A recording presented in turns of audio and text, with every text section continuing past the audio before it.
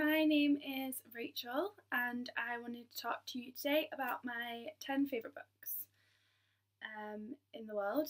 These are some predictable, especially for my age group, but I enjoy them anyway, so whatever. So the 10th one is The Way of the Shadows by Brent Weeks. This is the first in a trilogy by him. It's a fantasy book, 90 Angel trilogy, and it's about a little boy called Azoth, and how he gets trained to become an assassin by a man called Durzo Blint. Brilliant plot, and the pacing is amazing. The whole trilogy is just so good, so amazing. I would definitely recommend this to anyone out there who enjoys fantasy novels because it is brilliant. Number 9 is Memoirs of a Geisha. This book is, I don't know, it's odd because for the plot I don't think it would be in my top 10, but the reason it's in my top 10 is because of the description of a geisha and how it explains what a geisha is. I had no idea what one was before I read it. I think I read it when I was around 15. Had no idea what they were. If anyone has any real idea, it's usually people think they're like prostitutes or something, which they're not. Some things in their culture that they do would be considered prostitution by us in our culture, but it's not like that. But the descriptions of the way the makeup is and the way they have to have the hair and like just different cultural things. So for instance, being really flirtatious in this is when they're pouring tea and they show, like, they lift their sleeve up and show a little bit of their forearm. That's like tremendous flirting in this book, which is just insane. Like, obviously for us it'd be like having your cleavage out or something, and it's just not like that for them, and it's a really interesting read. Yeah, really enjoy it. Number 8 is To Kill a Mockingbird.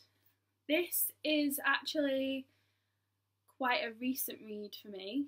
I know a lot of people read it in school and stuff like that, but I never had to study it in school. So I've only recently read it and I enjoyed it so much. It reminds me of another book in this top 10 that has been one of my favourite books. It was one of my first favourite books ever and always will be one of my favourite books, and this reminded me massively of that. It's about a little boy and a little girl, and their father is doing a trial for a black man who's accused of raping a white girl, and there are just some amazing things in this, and Atticus Finch is the kind of character who will stay with you for years after this book. He is amazing, such a moral character, such someone you would really want to emulate. So I think I'm really glad they study this so much in schools. Now that I've read it, I really get why, and I hope that people who are taught it take on the lessons, really. Very predictable one. I'm going for 2 here, just because I want to show you an addition, to be honest. So it's the Harry Potter series. My favourite book in the Harry Potter series is the final one. I really enjoy the Battle of Hogwarts. I really do. It's my favourite thing in all of them. I love it. I love the part with Neville outside of Hogwarts Castle, when Harry's in Hagrid's arms. Oh my god, I love that bit. Kind of don't, this is the only one that I don't really like the film of, because I love the book so much, and they did cut that bit with Neville massively. It's just not as good. It's not at all like it was in here, and that's why I'm not that keen on it. But I love this. I love everything about it. I love the travelling. I love when it's just Harry and Hermione for a bit. You get that friendship is built a lot more in this one than the others, and I really, really like it. However, I did want to show you this one, and I intend to get all of these because they're beautiful. And these are a recent edition. And coming out, I think the second one's coming out pretty soon, or it might have just come out, I'm not sure. And it is the Harry Potter Illustrated Editions by Jim Kay. And these are absolutely beautiful. Like, it's just really, really pretty. And there's one of like Harry next to the Mirror of Erised, leaning on it, and it's just really good, and it's really beautiful. See, really detailed, and this is definitely the copy that I would read to my children when they finally get to the age where they are honoured with Harry Potter. So yeah, I'm really enjoying these editions. Definitely going to get all of them because they look brilliant. Number 6, I do not actually have, because I lent it to someone and I haven't yet got it back, but I know she's read it and she really enjoyed it, so that's great. This is the third one in the series, but this isn't the one that is my favourite. My favourite one is the first one. So the first one is Noughts and Crosses by Mallory Blackman, but this is the third one. I just wanted to show you that this is kind of what the cover looks like, because the cover kind of looks the same from all. And this is the one that reminds me of To Kill a Mockingbird slightly. The book follows Sephi and Callum from their childhood to adulthood, and it's a love story, but it also focuses on race, and yeah, it's quite interesting because it kind of inverts the usual type of racism, because there is I think it's the black people who are the highest in society, and white people are just like the bottom. So it's quite cool. It kind of inverts it, and it's really, really interesting and really, really good, and I would really recommend that. And yeah, it was a really, really good book. Number 5 is one of the scariest books I've ever read, and it is by one of my favourite authors, Stephen King, and it's The Shining. I watched The Shining a very long time ago, maybe like 12, and I thought it was amazing. It was one of my favourite films for a very long time. Absolutely loved it. And I read this about 3 years ago and haven't been able to finish the film since. It has nothing on the book. If anything, it ruins it, which was really sad because I did really, really like the film, but it's got absolutely nothing on this. This is a story of a family, and Jack, the dad, has recently been fired, needs a new job, and he gets offered a job at the Overlook Hotel, which is a hotel in the hills of, I think it's Colorado, and it's somewhere like that. It snows a hell of a lot, so they have to shut the hotel for the winter, but they need someone to go up there and just make sure nothing breaks down, run the boiler every once in a while just so the pipes don't freeze up, that sort of thing. So he takes his family to the Overlook Hotel, and it's all about their stay, shall we say. It was really, really good. It shows you things to be scared of, like mystical things to be scared of, like ghosts and things like that. But it also shows you real life things to be scared of, like alcoholism and abuse and things like that. And yeah, it's really, really good. I thoroughly enjoyed it. Was absolutely amazed. Frightened for ages. Even now, thinking of some of the scenes in this book, I would not be able to read this before bed at all. It's really, really scary. Number 4 is a series. I'm not picking this one specifically. It's the entire series. But yeah, I'm just showing you the first one. And it is Game of Thrones, obviously a very popular series. I really, really, really enjoy George R. R. Martin's series. I think the characters are fantastic. I love that you don't get any good guys or any bad guys. I love the plot. I love that it's a fantasy series, but there isn't as much fantasy in it as there normally would be. So say this one has like magic items, magic people, things like that. There's magic running through the whole thing, and that is common with fantasy. But this one doesn't have that. It's more that magic exists, but some people don't even believe in it.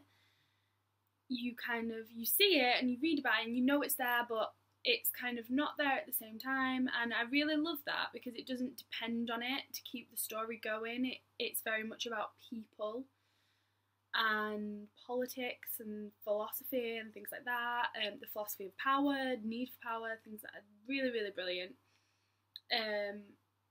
Really, really enjoy it. I really enjoy the women in it, actually. I know that Game of Thrones is often heavily criticised for being sexist because there's a lot of sex scenes and the women are secondary citizens. But for me, that's the whole point. If you set something in the medieval time period, of course women are going to be secondary citizens, and what George R. R. Martin does is allow these women to circumvent the oppression they suffer. So people like Cersei is completely oppressed, sold into marriage, things like that, but she managed to circumvent it and usurp the king's line of succession by putting in children that are basically just her, because they're her and her brothers, so they're just her children, really. Yeah, things like that. You've got characters like Arya really challenging female stereotypes. People like Sansa, who are meant to be traditional women, are constantly questioned, constantly being challenged, and that view, she completely loses that fairy tale view of romance and that innocent womanliness that you're supposed to have in this time. So I think he really, really does actually treat women well. I think he is definitely a feminist, and I really enjoy these novels. The third one is a bit difficult. I wouldn't say read this if you have ever had any sort of mental issues to do with like depression or suicide or self-harm, anything like that, because it is a very hard book to read. It's very triggering. However, it is really, really good, and as someone who suffered with a mental illness, I think it perfectly encapsulates what mental illness is, and that is Sylvia Plath's The Bell Jar. Very, very difficult read. You go with the character through some pretty visual and vicious suicide attempts. So really, really, really, really, really don't read this if you're going to be triggered, because it will do it. It is relentlessly hard and relentlessly harrowing, but it is brilliant. the whole premise of the bell jar is meant to be mental illness as being like a glass jar that drops on you and you can't escape it. And when you do start to feel a bit better, start to recover a little bit, the jar will lift a little bit, but it'll still hover over you, and it lifts a little and allows some fresh air in and you start to get better, but the bell jar will always hang there over you and it can always drop. And it's a point that I definitely think is true, that mental illness is always there, it's always a risk, you never really get over it, you just learn to cope with it and find different ways of coping with a mental illness. You don't get rid of it. So I think this is a perfect explanation of mental illness, and I thoroughly enjoyed it. But yeah, don't read it if you are at any sort of danger or you have a mental illness. I really wouldn't recommend it. It's very hard to read. Number 2 is Wuthering Heights by Emily Bronte. This is quite a nice copy actually. Quite like this. It's like purple on the edges and it's got a really pretty pattern inside. The writing's a really good size. Yeah, I really love this. I love to hate it as well. So I love Heathcliff. Heathcliff is a classic Byronic hero. I will forgive him anything because of what he's been through, and yeah, I feel sorry for him the whole way through the book, even though he does some pretty horrendous things. And I love the love between Cathy and Heathcliff. I hate Cathy with a passion, but it doesn't make the book any less enjoyable for me. I love that these two their love is transcendental, they can't get away from it. Even when they don't want each other, they have to have each other. I just think it's a really good love story and I really enjoy it. And yeah, I mean, my favourite bits are literally just the Heathcliff and Cathy bits.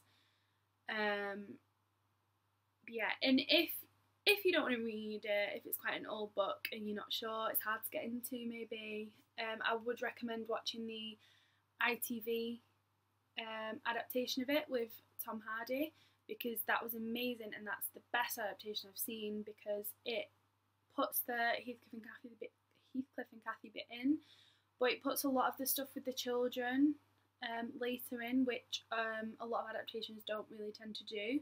They tend to just delete all that bit and concentrate on Catherine and Heathcliff. So yeah, really good book. Number 2, love the love story, love the quotes about love.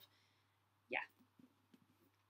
And then my number 1 favourite book of all time is The Count of Monte Cristo by Alexander Dumas.